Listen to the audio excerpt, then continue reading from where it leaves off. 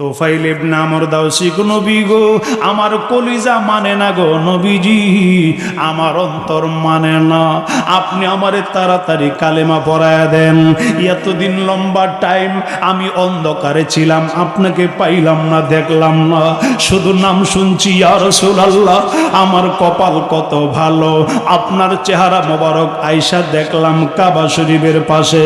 নবীজি গো আপনার চেহারা মোবারক না দেখলে আমার নসিব মন্দ থাকতো ইয়া রাসূলুল্লাহ, আমারে কালিমা পড়ায়া দেন।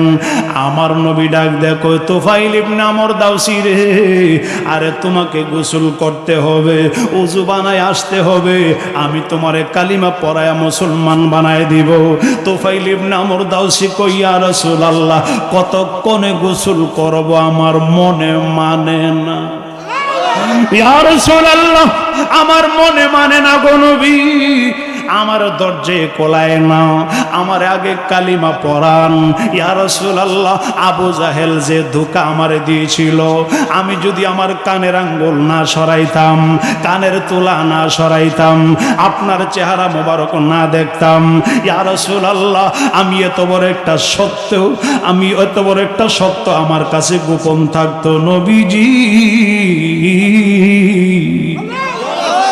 ইয়া রাসূলুল্লাহ কালিমা আমারে পড়ায় দেন। আমার নবী কই, পাগলা দাঁড়াও, এইমাত্র আমার মায়ার নবী দয়ার নবী তারে কালিমা পড়ায় দিলেন, লা ইলাহা ইল্লাল্লাহ মুহাম্মাদুর রাসূলুল্লাহ সাল্লাল্লাহু তাআলা আলাইহি ওয়াসাল্লাম।